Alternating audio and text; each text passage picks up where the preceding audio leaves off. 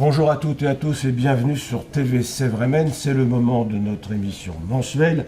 Les gens d'ici, les gens du vignoble nantais, les gens du Muscadet, quel que soit leur âge, et puis leur sexe, et puis leur profession, et puis leur spécialité. Aujourd'hui, nous recevrons comme invité, tout d'abord, puisque c'est l'actualité, quelqu'un qui s'occupe d'emploi. Et vous allez voir, ça n'est pas tout à fait courant ce que cette personne va nous expliquer. J'appelle donc à cette table Madame Hélène Amonique. Bienvenue sur TV Sévremen. Voilà. Bonjour Monsieur Maison. Bonjour Madame Amonique. Hélène, alors dites-moi, vous êtes à Clisson. Tout à fait, oui. Et vous vous occupez d'emploi, et singulièrement d'emploi pour les jeunes, c'est tout à fait d'actualité ça, mais vous allez nous expliquer un peu quelle est votre spécialité en la matière. Avec plaisir. Donc le temps que nous passons au travail dans notre vie est important, donc il est important d'y trouver aussi du plaisir, d'être à la bonne place, et on s'aperçoit pour tout le monde, que ce soit pour le salarié, pour le jeune trouver sa voie, pour l'entreprise avoir des salariés motivés et qui sont bien à leur place, c'est extrêmement prolifique pour tout le monde. Donc moi je propose effectivement à tous les âges de la vie, la formation tout au long de la vie ça concerne tout le monde, et de trouver effectivement le projet professionnel, le parcours d'études et voir la réorientation professionnelle, le bilan de carrière, que ce soit effectivement donc pour des jeunes qui sont en recherche de parcours d'études ou pour des salariés qui souhaitent réfléchir sur leur carrière. Alors, vous êtes attaché à une structure, me disiez-vous tout à l'heure hors micro, une structure qui s'appelle Ouvre-Boîte. C'est curieux comme nom, ça, non? Ouvre-Boîte.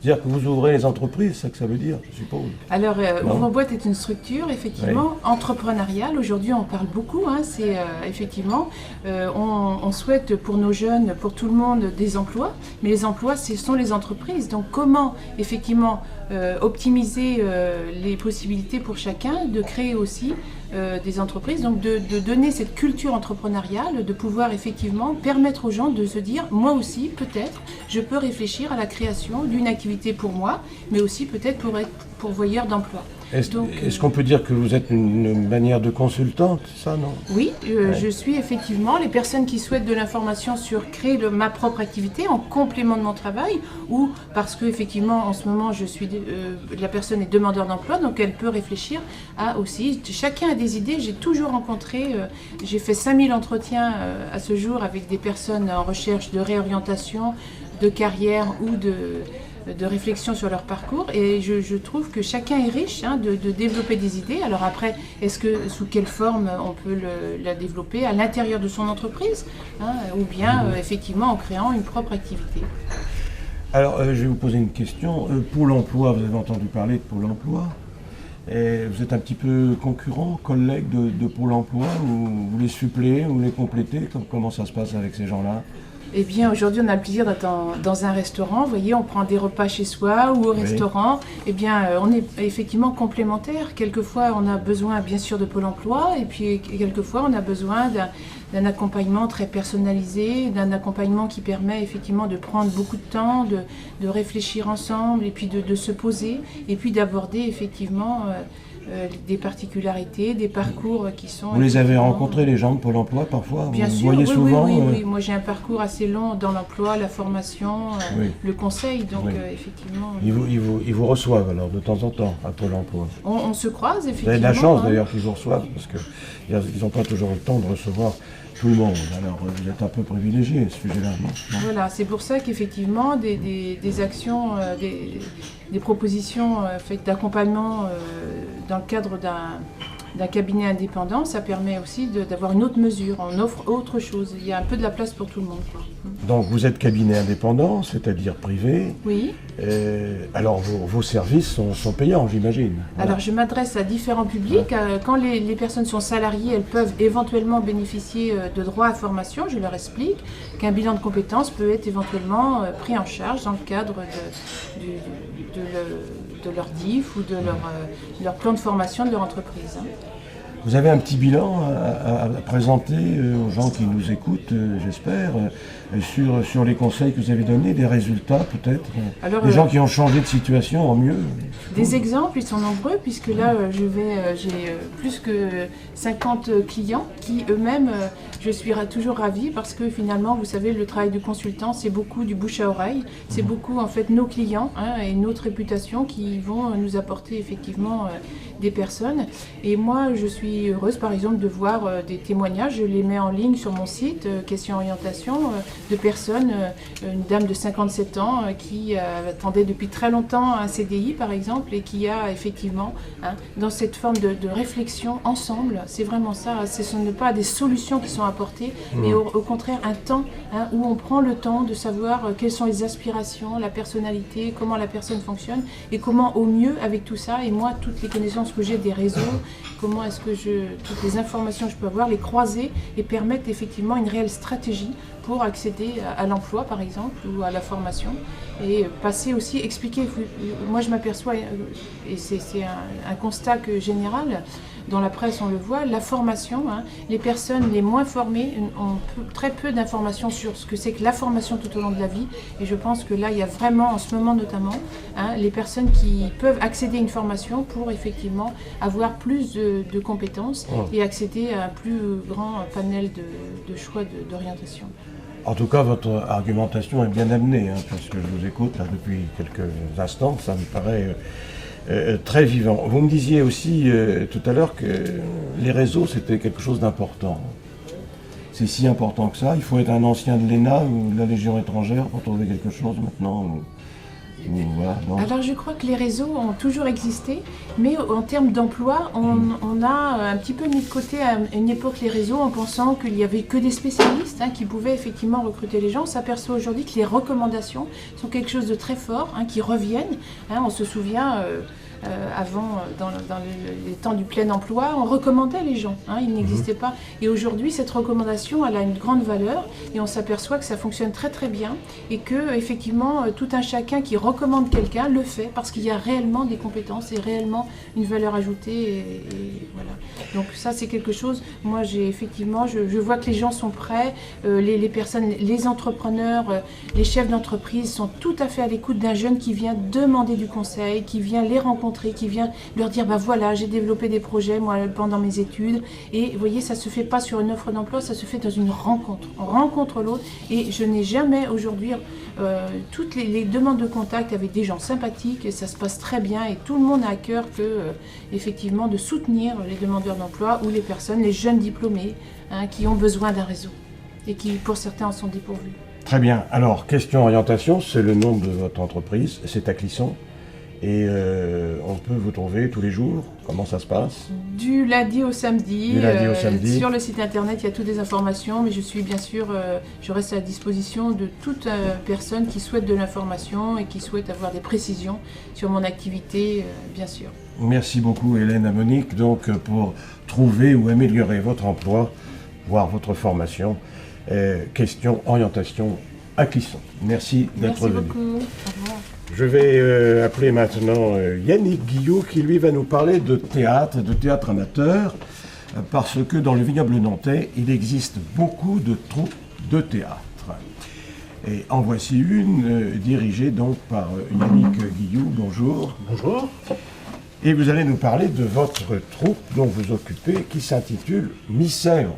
C'est de circonstance mi-raisin. Mi-raisin pour le muscadet et mi-sèvre pour la rivière qui coule dans ce beau vignoble. Voilà, tout à fait. Nous venons, nous, de fêter il y a quelques jours notre 8e anniversaire, puisque c'est au début mars de 2005 oui, nous aussi, d'ailleurs, que nous avons constitué cette association, la Comédie Mi-Sèvre Mi-Raisin, compagnie de théâtre amateur, et nous voulions un nom, un patronyme qui se rattache un petit peu au terroir. Voilà pourquoi nous avons choisi ce nom de Mi-Sèvre Mi-Raisin.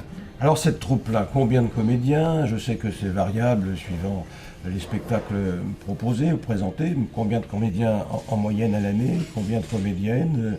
Et puis quel répertoire ? Parce que j'imagine que vous choisissez des pièces dans le répertoire connu ou peut-être des créations, que sais-je. Non. Alors, si l'on veut commencer par le répertoire, nous essayons, nous, d'avoir le répertoire le plus varié possible, tout en restant, c'est d'ailleurs un peu là-dessus que que nous reposons nos fondations, nous sommes, nous, dans ce qu'on appelle le théâtre de divertissement.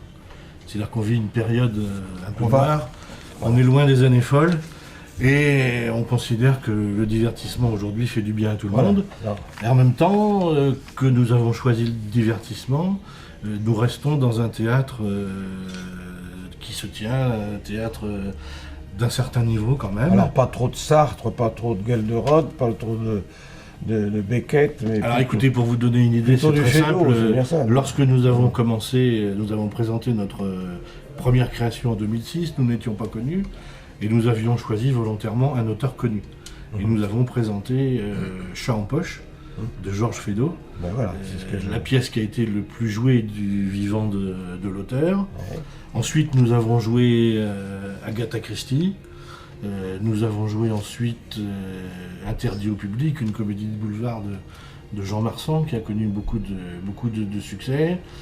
L'année suivante, nous avons présenté une comédie d'inspiration classique de Victor Haïm, La Veuve convoitée. Nous avons même organisé à cette occasion une séance pour le collège Lucie Aubrac, avec la présence de l'auteur, qui a, je crois, beaucoup intéressé à la fois les professeurs et les jeunes qui étaient venus nous voir. Et puis, eh bien, nous préparons cette année la pièce Les Belles Sœurs, une pièce d'Éric Assous, qui est un jeune auteur. Cette pièce est une pièce très drôle, beaucoup de rythme, et c'est une comédie de mœurs, si l'on peut dire. Alors comment, Yannick Guillot, recrute-t-on des comédiens ou des comédiennes dans le théâtre amateur? Vous passez des annonces non? Là encore, le bouche à oreille fait son œuvre. Nous, on a démarré modestement avec d'un côté un atelier qui comptait une dizaine de personnes, essentiellement des gens de Vertou et des environs. À côté de cet atelier, nous avions une troupe de 6 ou 7, avec des gens un peu plus confirmés, qui avaient déjà brûlé les planches, qui avaient pratiqué un petit peu ailleurs.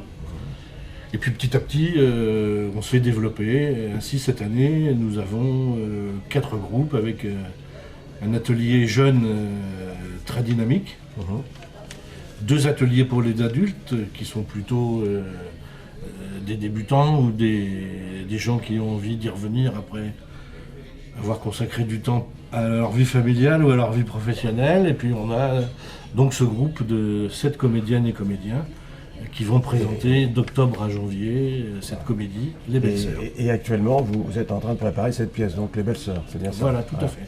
Et cette pièce sera mise en scène par un jeune comédien, un jeune metteur en scène, Vianney Grégoire, qui est comédien dans une compagnie nantaise, la compagnie du théâtre des Halles, et c'est une belle mise en scène très dynamique que notre public découvrira. Alors une date pour le prochain spectacle? Alors le prochain spectacle sera vraisemblablement, puisque nous jouons toujours plutôt en fin d'année, et on va jouer d'octobre à janvier, et ce sera vraisemblablement dans le cadre de la Semaine Bleue aux Sorinières. Puis nous aurons le plaisir, puisque nous avons été invités cette année encore, de nous rendre au Festival des Tréteaux de l'Automne à la Tranche-sur-Mer. De la Tranche en Vendée. Voilà, tout à fait. Et puis nous jouerons 4 jours au 4-1, nous jouerons 2 jours à la Fouessière, et nous ferons une petite incursion en janvier en Maine-et-Loire. Voilà. Et puis un petit clin d'œil à Molière tout de même, qui doit être votre maître à penser, j'imagine, comme toutes les troupes amateurs de théâtre, non? Notre maître à penser, oui, si l'on peut dire. D'ailleurs, sur nos cartes d'adhésion que tous nos adhérents ont en poche, il est écrit « C'est une bien étrange entreprise que de faire rire les honnêtes gens ». Voilà. Merci Yannick Guillot, puis c'est une belle phrase de fin, en plus tout à fait adaptée à notre sujet. Merci Yannick Guillot, et je vais appeler maintenant notre troisième invité de cette émission. Il s'agit d'un sportif, tous les Nantais le connaissent bien, les Français aussi, Il a été 12 fois champion du monde. Voici donc Patrice Martin, mesdames et messieurs. Bonjour Patrice. Bonjour. Comment ça va? Vous êtes Ça va très arrivé bien. sans ski là pour Sans le- ski. Sans ski. Mais vous êtes arrivé avec un livre en revanche. Avec un livre, tout à fait. Alors, je le montre à l'écran. Dessine-moi une victoire. La préface est de Jean-Claude Killy. Un autre skieur, Un autre skieur, lui pas sur sur la- le même élément. lui sur Sur la la neige et pas sur l'eau. Bon, alors vous faites un peu de concurrence aux apôtres et singulièrement à leur patron Jésus, parce que vous marchez sur l'eau aussi bien que lui. Hein. Bon. Pourvu qu'on ne fasse pas de trous dans vos skis. Hein, sinon, vous Pas de pourriez trou dans tomber. les skis, je pourrais couler. Qu'est-ce que vous devenez, Patrice Martin? 12 fois champion du monde, maintenant on ne vous voit plus sur l'eau, on ne vous voit plus en J'ai sport. passé l'âge. Vous avez passé Il y a l'âge. des jeunes qui sont avec. Alors qu'est-ce que je fais? Plein de choses. Premièrement, si on parle de ski nautique, je suis président de la Fédération française de ski nautique et de wakeboard. Eh ben, Je suis membre félicitations. du comité olympique français. Je suis un petit peu un international aussi dans le ski nautique. Et puis professionnellement, j'ai évolué un petit peu après être passé pendant de nombreuses années à la Banque de France de Nantes, passé par le conseil régional. Aujourd'hui, je travaille pour une entreprise de travail temporaire où je m'occupe de relations publiques. Ah ben, vous voyez, Aussi c'est énergie. en liaison avec notre premier invité qui s'occupait Tout aussi à fait. d'emploi. Alors moi, je voulais vous rencontrer pour ce livre-là, Dessine-moi une victoire. Et j'imagine qu'il s'agit de votre biographie sportive. C'est ma biographie, pas Principalement. trop. On n'a pas voulu faire un roman de ma vie, mais plus sur, on va dire, ce que j'ai pu vivre, ce que ça m'a donné, et la réalité, c'est que parti voilà, d'une famille d'employés, j'ai réussi à gravir les échelons, à devenir un champion, et malgré tout, même si c'était un petit sport, parce qu'il faut être réaliste, le ski nautique reste encore un petit sport, au travers de cette volonté de Vous voulez dire réussite. que par petit sport, qu'il n'y a pas trop d'argent qui circule, c'est ça? Notamment, mais pas que ça, il n'y a pas énormément de pratiquants non plus. On est une discipline où la fédération a 15 000 licenciés, donc c'est pas énorme non plus. Mais cette persévérance que m'a transmis mon père, cette persévérance, elle est au bout de soi-même. Et d'avoir travaillé pendant de nombreuses années, le but c'était de réaliser quelque chose. Et la réussite, alors bien sûr c'était une victoire, parce que je suis bien sûr devenu champion du monde, mais la réussite c'est que cet ascenseur social dans le sport a réussi aussi, même en étant un tout petit sport. C'est pas, il n'y a pas qu'en devenant footballeur qu'on devient quelqu'un. Voilà. Dans C'est ce une que j'ai autre- voulu transmettre. On dans a, le bien, bouquin. on a bien compris. Dans une autre discipline, je parle du sport mécanique et notamment de rallye automobile. Sébastien Loeb a été aussi champion du monde. Alors lequel de vous deux a eu le plus de titres de champion du monde? Écoutez, Sébastien Vous, s'est c'est arrêté 12, à 9. et lui, c'est 9, j'en c'est suis ça. à 12. Voilà. Bon, c'est- il lui reste encore 3 ans pour vous rattraper, quoi. Il lui reste 3 ans. Mais bon, là, comme il s'est mis un petit peu en recul, donc voilà, il va peut-être Voilà. avoir un peu plus de mal, on va dire. On verra bien. Alors là, je feuillette votre livre, Patrice, et puis On a mis quelques photos quand même. On a mis quelques photos. Alors, il y en a, vous étiez tout petit à l'époque, là. Oui, tout petit, oui. Vous êtes Et mon grand, père était quoi. photographe, alors il a fallu choisir. Hein. D'accord, quelques- vous étiez petit. Ça, ce qui nous ramène à Quelques vous- passions, voilà, on voit le ski Oui, alpin, le le ski football, Et le football aussi. en temps nantais forcément. Voilà. Ce qui me ramène à une question tout de même, à vos débuts, là, quand vous étiez tout petit, il paraît que ça n'a pas été facile de s'entraîner à Nantes. Ça a été très dur de s'entraîner à Nantes. Comment se fait-il, ça?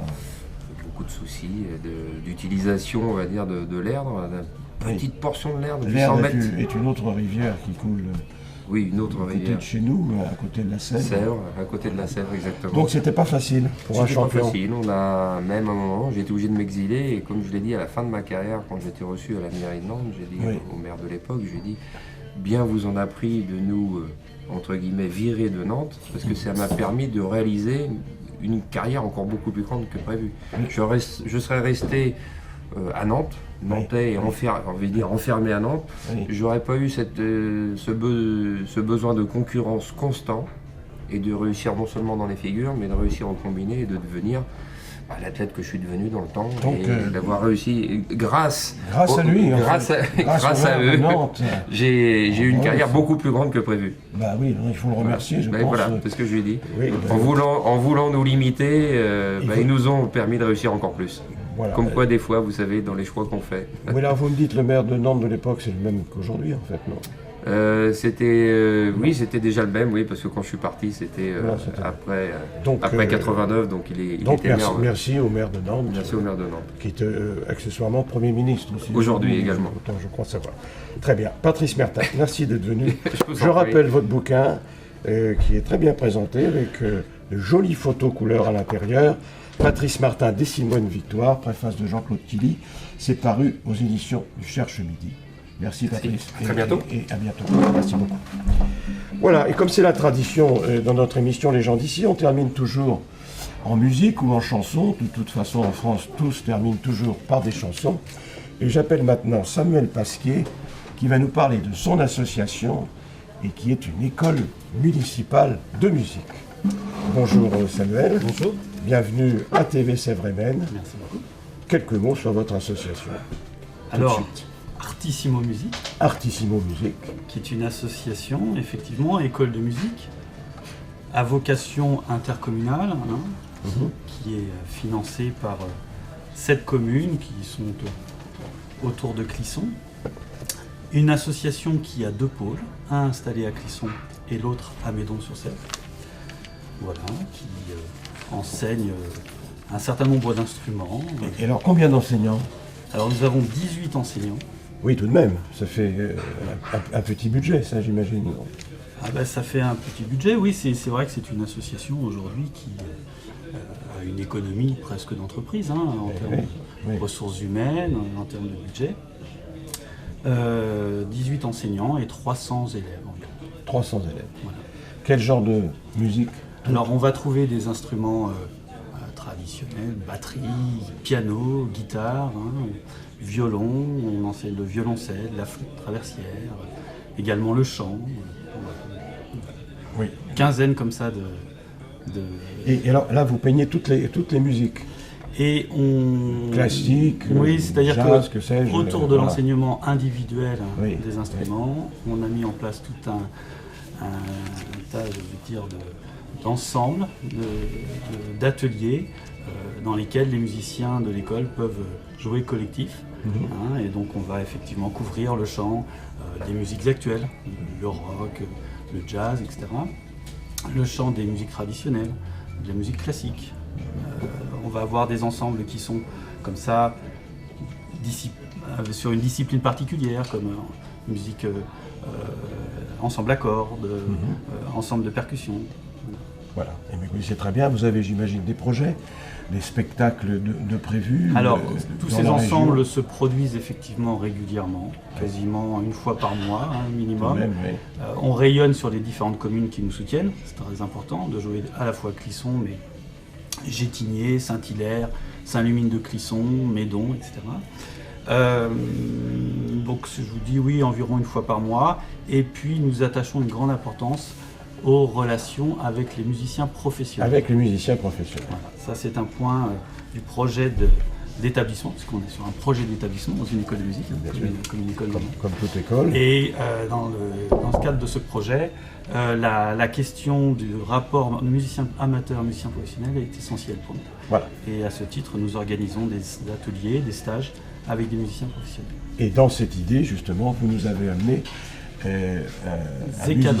un musicien qui est un Brésilien, c'est bien cela? Qui est brésilien. Qui est musicien professionnel, lui, alors. Qui est musicien professionnel. Et justement, qui va tout à fait dans l'optique de cet amalgame entre professionnel et musicien amateur. Voilà. Nous pensons que la dynamique d'un musicien amateur passe aussi à la fois par son enseignement, mais également par la rencontre, l'échange avec des musiciens qui en ont fait leur métier et qui peuvent leur transmettre une passion, un enthousiasme qui permet parfois de dépasser un peu la routine de l'apprentissage. Très bien. Merci beaucoup Samuel Pasquier. Avec plaisir, et merci à vous. Justement, maintenant, nous allons avoir le plaisir d'écouter notre musicien professionnel qui va nous faire un petit morceau de guitare, si je ne me trompe pas. Merci.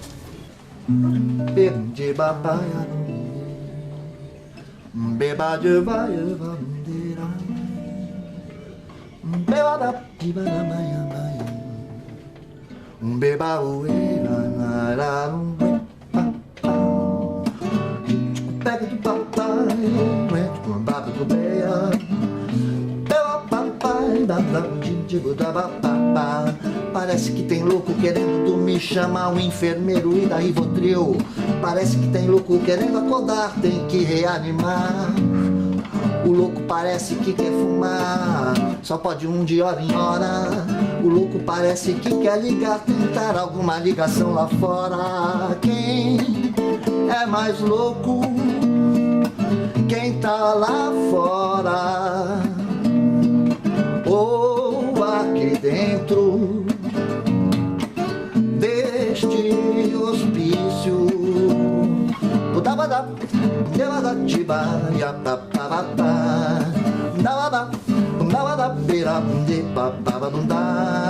Parece que tem louco que recaiu, volta pro canil.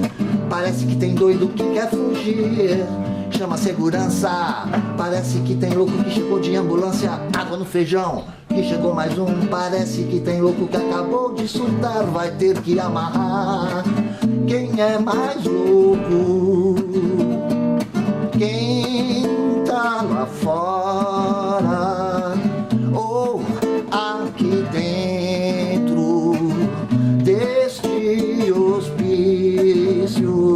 Parece que tem louco que recaiu, volta pro canil.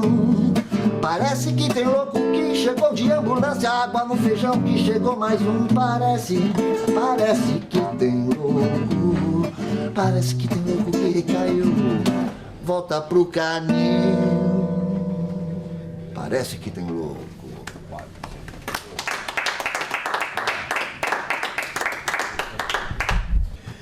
Voilà, c'était donc les gens d'ici, depuis l'auberge de la Cantière à Valette. Merci de nous avoir suivis et rendez-vous le mois prochain. À bientôt.